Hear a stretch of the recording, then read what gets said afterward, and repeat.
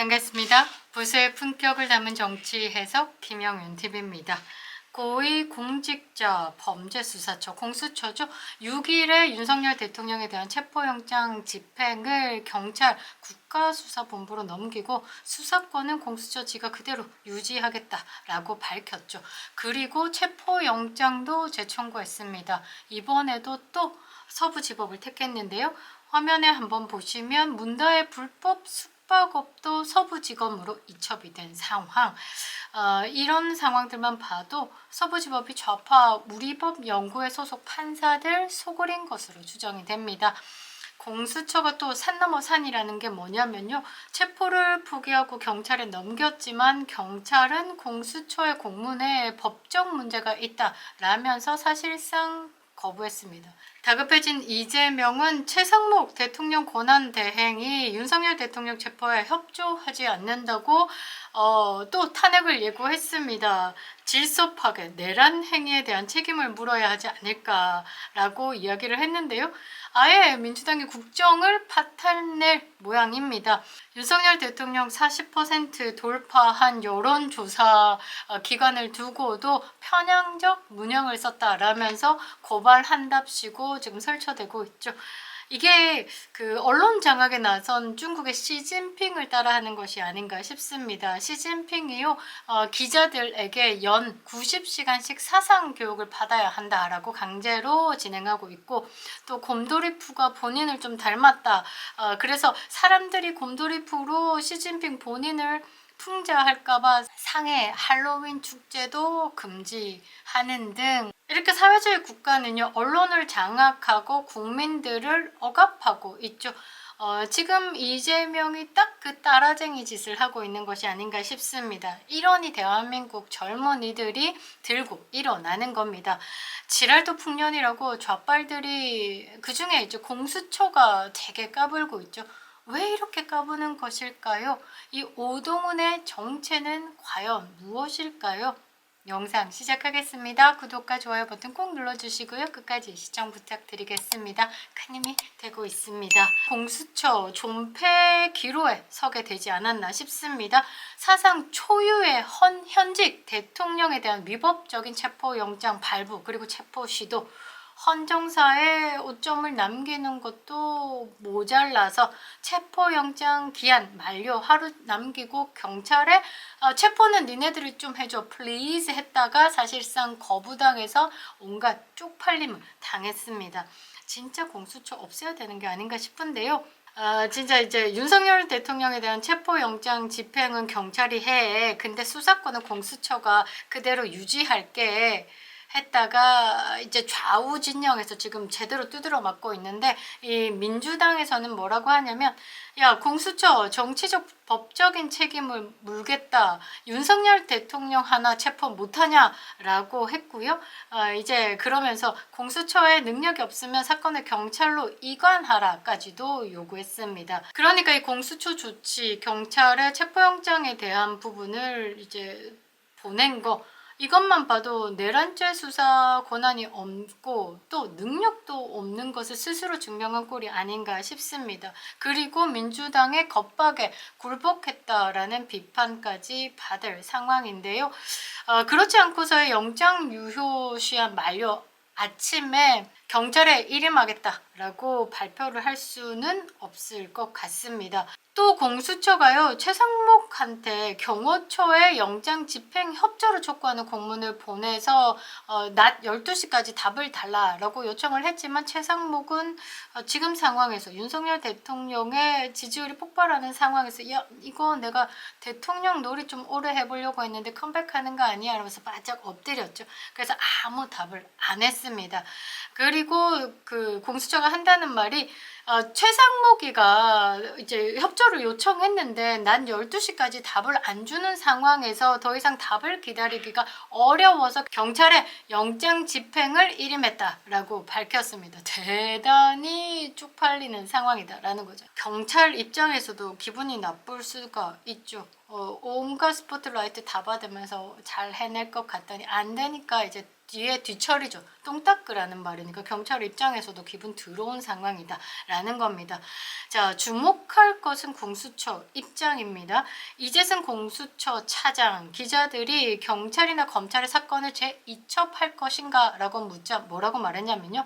공수처가 수사해야 한다는 고집을 갖고 절차를 독단적으로 진행하기보다는 어느 단계가 되면 재이첩도 고려할 것이다 라고 했습니다.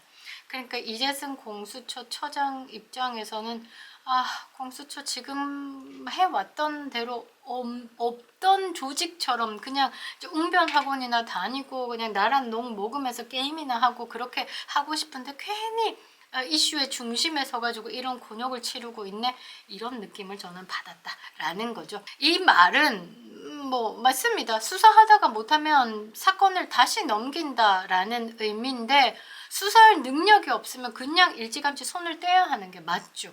그런데 나란 농 먹으면서 이런 판단조차 못하고 있다라는 거니까 공수처라는 조직 자체가 없어지는 게 맞다라는 겁니다. 사실 공수처가 어땠습니까? 초반에 검찰하고 경찰에서 윤석열 대통령 내란죄 수사하는 거 우리가 하겠다, 넘겨라 해서 공수처가 사건을 받아왔죠. 그런데 이제 와서 못하겠으면 다른데 이첩하겠다라고 이야기를 하니까 못 먹는 건 찔러나 보자라는 식과 다를 바 없다라는 겁니다.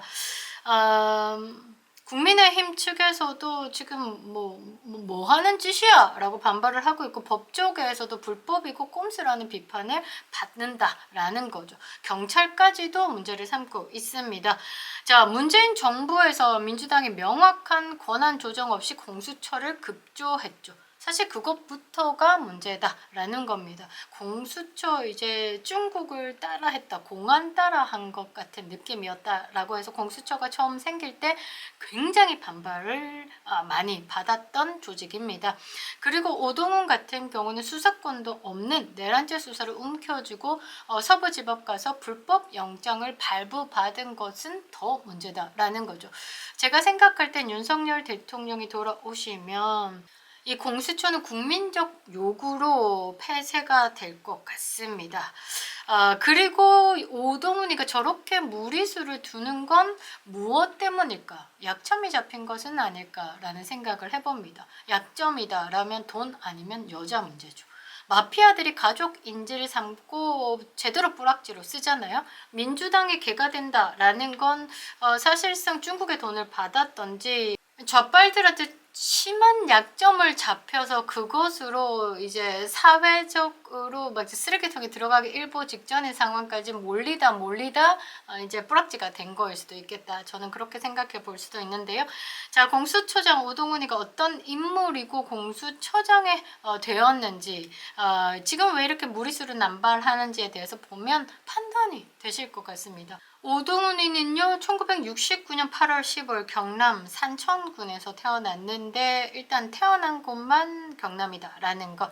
서울대 도고동문학과를 나왔네요. 서울대 도고동문학과를 졸업하고 1995년에 37회 사법시험에 합격을 한 것입니다. 사실상 군대는 안 다녀온 것으로 보이고요. 좌파 성향으로 유명한 우리법 연구회 후신인 국제인권법 연구회 출신입니다. 자, 첫 번째 논란은 이 오동훈이가 2004년 판사 재직 당시에 정치 후원금 기부한 건 때문입니다. 이게 당시 열린우리당 이근식 후보 송파병에 있는데 이 사람에게 300만 원 정치 후원금을 기부했다라는 것. 더불어민주당의 박용진 의원실이 중앙선거관리위원회로부터 받은 자료를 보면요.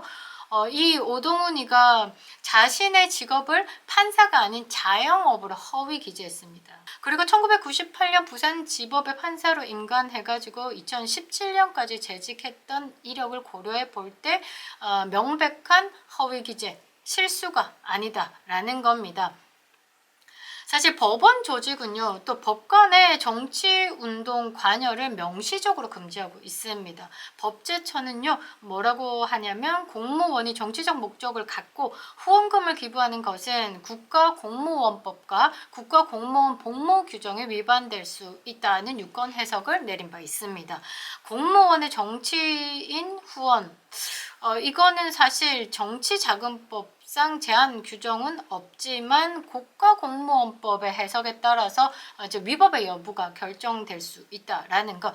특히 판사의 경우는요, 엄격하게 정치적 중립이 요구되는 직책이기 때문에 이런 행위에 대한 적절성에 대한 의문을 제기할 수밖에 없습니다. 이것에 대해서 오동훈은 뭐라고 했냐면 20년 전의 일이라서 정확하게 기억이 나지 않는데 아는 분에게 정치 후원금을 낸 적이 있는 것 같다 이러면서 쓱 발을 뺍니다. 그리고 법 규정에 위배되는 부분에 대해서는 그렇게 하지 않았나 생각을 한다라는 식으로 잘 모르겠어요. 성폭행 해놓고 술 처먹어서 심신미약 막 이렇게 이야기하는 것과 같은 느낌으로 이야기를 했다라는 것입니다. 그러니까 자영업에 대해서 허위기재한 부분에 대해서는 별다른 해명을 내놓지 않았다라는 것. 때에 따라서 거짓말도 쉽게 할 수 있는 사람이지 않을까라고 평가가 되는 부분입니다. 자, 오동훈의 두 번째 논란은 변호사 시절에 아따 지저분합니다.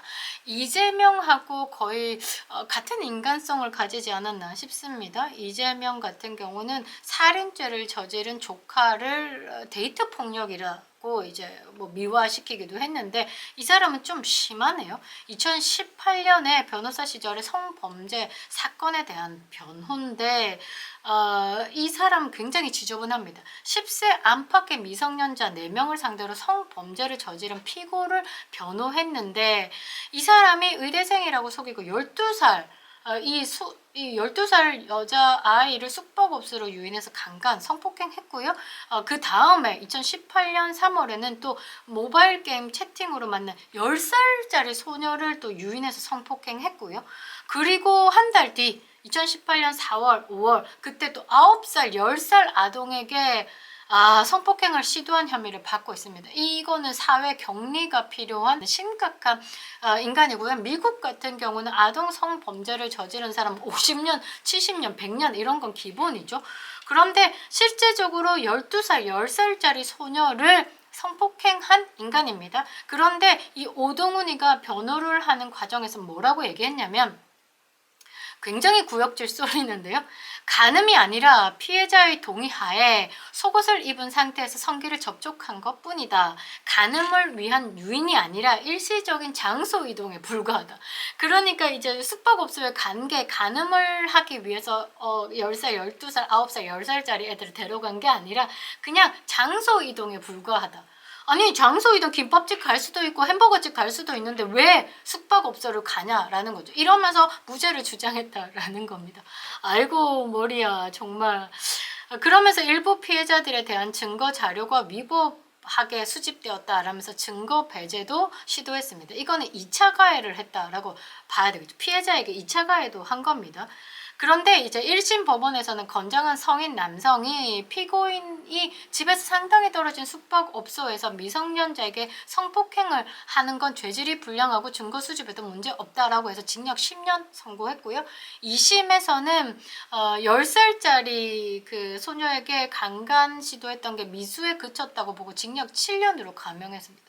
우리나라 법도 문제가 있다라는 겁니다. 10살, 12살 아이를 성폭행을 한 사람을 징역 7년 때리고 사회에 다시 오게 만든다? 사형을 시키든지 이제 무기징역으로 때리든지 이렇게 사회에서 완벽히 격리가 돼야 된다라고 보는데 조두순도 나왔죠. 아무튼 이런 거는 우리나라 법에 대한 분노 포인트입니다. 그리고 이게 결론적으로 대법원에서도 최종 확정됐다라는 건 패소했다라는 거죠. 이러한 두 가지 논란은 사실상 이 오동훈이가 법조인으로서 윤리의식과 그리고 공직자로서 나란 녹 먹으면서 청렴해야 되는 이 요구 사항에 모두 위반된다라고 봐야 되고 적격성에 과연 통과될 정도로 괜찮은 사람인가에 대한 논란을 불러일으킬 수밖에 없습니다. 그리고 아마 또 지금 보니까 세금과 증여에 관련된 문제가 있습니다. 이게 좌빨들에게 뭐 약점 잡힌 부분이 아닌가라는 생각을 하는데요. 본인의 아내를 운전기사로 채용하고 또 20살 딸에게 성남의 재개발, 성남?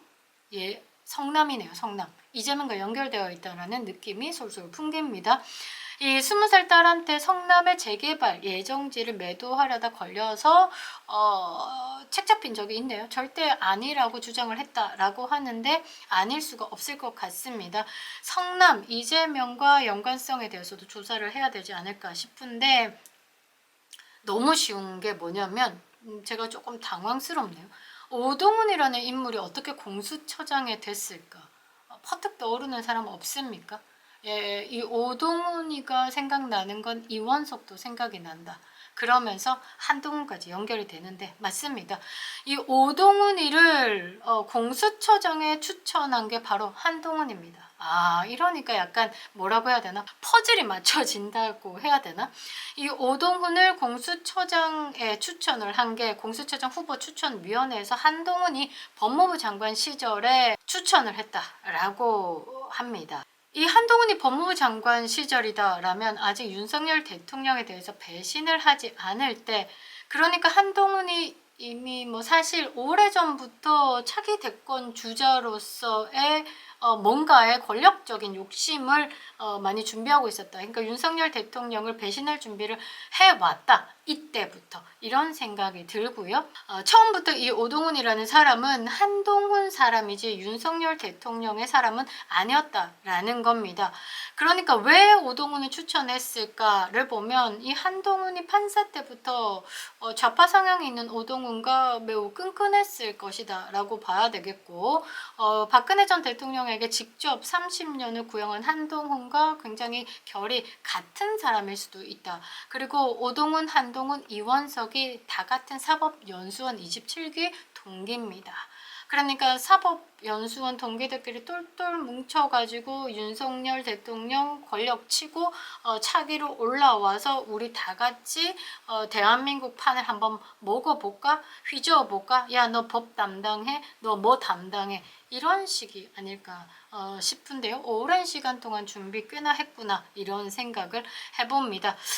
그리고 우리법 연구회 출신들 중에 김일성 장학생 출신들이 매우 많다라고 저는 생각을 하는데, 이 수사권도 없고 법조항까지 패싱하면서 영장을 펼쳐냈던 이 판사도 그리고 대통령 관저에 계속해서 공수처가 권한도 없으면서 이렇게 체포영장을 집행하려고 무리수를 둔 것, 이런 것들 다 동글동글 뭉쳐가지고 이 한동훈도 마찬가지로 반국가 세력 혐의 적용해가지고 하루빨리 특검을 해야 된다라고 생각을 합니다. 여러분들 생각은 어떠신지요? 한동훈, 오동훈, 이원석 등등등, 그리고 좌파 판사들 대한민국 정상화를 위해서 반국가 세력으로 다 조져내야 된다라고 생각하시면 댓글 한번 달아주시기 바랍니다. 저는 공수처장 오동훈과 한동훈이 민주당과 어떤 관계가 있는지 나중에 밝혀질 것이다 라고 저는 생각을 하는데, 일단 사법연수원 동기인 오동훈과 한동훈이 어떤 추가적인 커넥션이 있었는지부터 철저히 조사가 들어가야 된다고 생각합니다. 공수처 수사 범위와 능력 한계를 인정하고 내란 수사에서 빨리 손을 떼는 게 망가진 사법 질서를 지키는 길이다 라고 생각합니다. 김영윤 TV였습니다.